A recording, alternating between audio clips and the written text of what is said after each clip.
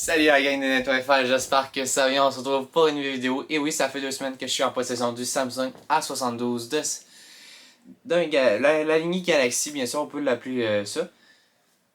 Qu'est-ce qui est bon de ce téléphone-là? C'est qu'on paye un moindre prix pour un très bon téléphone. Faut juste pour vous dire que j'ai payé à peu près 600$ pour ce téléphone-là. Puis ce téléphone-là donne un rendement presque à la hauteur d'un flagship. C'est sûr qu'on n'est pas à la hauteur du S21 et du Note 20 Ultra. Mais c'est un très bon téléphone. C'est capoté comment qu'est-ce qu'on peut faire maintenant avec des téléphones à 600$ que dans le temps des téléphones à 200$. Fait qu'on faut dire qu'on a monté le prix quand même. Dans le temps, on n'avait rien à faire. Là. On a quand même 6 GB de RAM, 128 Go, 4 caméras. Là, je dis pas qu'ils fonctionnent toutes bien. On a l'empreinte digitale directement sous l'écran. On a la Face ID.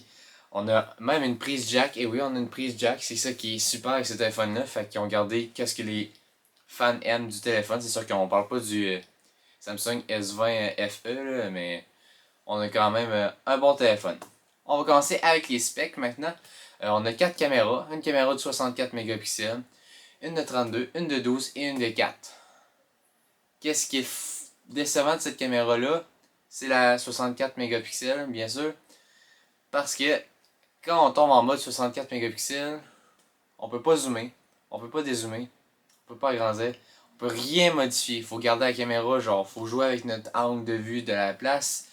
Ce que j'ai trouvé décevant aussi de cette caméra-là. C'est sûr que si on passe en 32 mégapixels, là, on peut tout faire.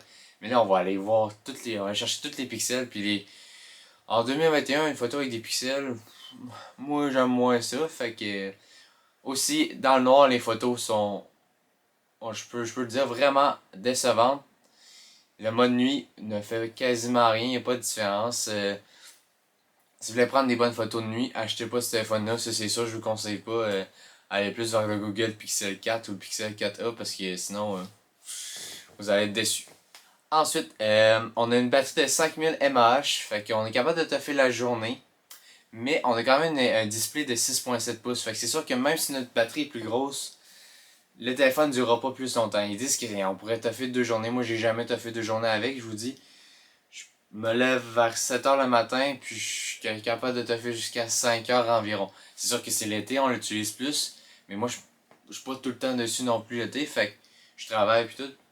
Puis genre, la batterie n'était pas wow. C'est sûr qu'on a un fast charging de 25 watts, fait que c'est sûr que votre téléphone est à 50%, il va se charger de 25% en 5 minutes, quoi. C'est ça qui est vraiment le fun avec Samsung. Qu'est-ce que je trouve qu'Apple devrait embarquer dedans. Mais ce téléphone-là, pour la batterie, t'as fait une journée, c'est bien en masse. C'est sûr qu'on ne bat pas le P30 Pro, mais on est bien correct. Ensuite, le son. Le son est correct pour un Samsung. Tu sais, on a un haut-parleur et un haut-parleur sur le dessus de l'écran, mais on s'en sort. La prise jack, je l'adore pour vrai. Je l'utilise pas tant que ça, mais quand j'ai le goût d'utiliser mes écouteurs à fil, les fois que je l'utilise, c'est très rare. Je l'utilise puis ça me sert vraiment beaucoup au lieu de prendre un adaptateur. Des fois, on le perd souvent l'adaptateur. Vous comprenez que ça va être petit comme ça. Fait que c'est pas l'idéal. Les specs maintenant aussi.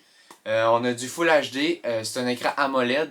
C'est sûr qu'on n'ira pas chercher le plus belle couleur comme sur l'iPad Pro, mais en même temps, il y a une différence de prix. Hein. On a payé 1600$ du côté du iPad Pro et on paye 600$ du côté du Samsung A72. Fait que c'est sûr qu'il faut couper à des places selon Samsung. La caméra selfie maintenant, ouah, comment dire, 32 mégapixels, dans le noir, on voit rien. Le focus est très dur à faire, je trouve, peu importe sur les caméras selfie ou les caméras d'en avant, sont comment dire, très poches là. Mais on peut s'en sortir quand même avec des belles photos quand on prend le 64 mégapixels ou le 32 mégapixels à la bonne clarté. Pour l'intérieur du téléphone maintenant, on est capable d'aller chercher une puce Snapdragon 720G. C'est sûr qu'on n'a pas la 5G avec cette Snapdragon là. Mais je suis pas sûr que nécessairement, dépendant de la place que vous êtes, vous avez besoin de du 5G absolument. On peut aller chercher le 52 5G si vous voulez, il va être un peu moins cher. Mais vous avez un moins gros écran. Il y a des pour et contre dans tous les téléphones puis dans toutes les choses de la vie. Fait que ça, pour ce téléphone-là, c'est ça. Ensuite, on est capable d'aller filmer du 4K, peu importe la caméra. 4K, oui, 4K. c'est, comment dire, ordinaire comme 4K parce que le focus se fait jamais. Euh, j- Samsung, on va se calmer sur le 4K s'il vous plaît. Mais ce téléphone-là, en gros, c'est un vraiment bon téléphone. On est capable de faire toute la journée avec. Les photos sont quand même bonnes pour le prix qu'on paye. La qualité de l'écran est super. On est capable d'aller chercher du 1440p par 60 pour les vidéos YouTube. Le Netflix roule super bien. Le 6 GB de RAM fait l'affaire. Si on veut passer un peu plus haut à 8 GB de RAM, on faut acheter le 256 GB de stockage. Parce que je trouve ça nécessaire personnellement. Moi non. Mais pour vrai, en gros, c'est un bon téléphone pour le prix de mid-gamme. Merci d'avoir écouté. On se dit à la prochaine. N'oubliez pas de vous abonner. Parce que je vous rappelle, à 130 abonnés, je fais un concours bien sûr. Ça va être un bon concours, vraiment un bon prix. Donc merci d'avoir écouté cette vidéo là. On se dit à la prochaine. Merci d'avoir écouté. Ciao.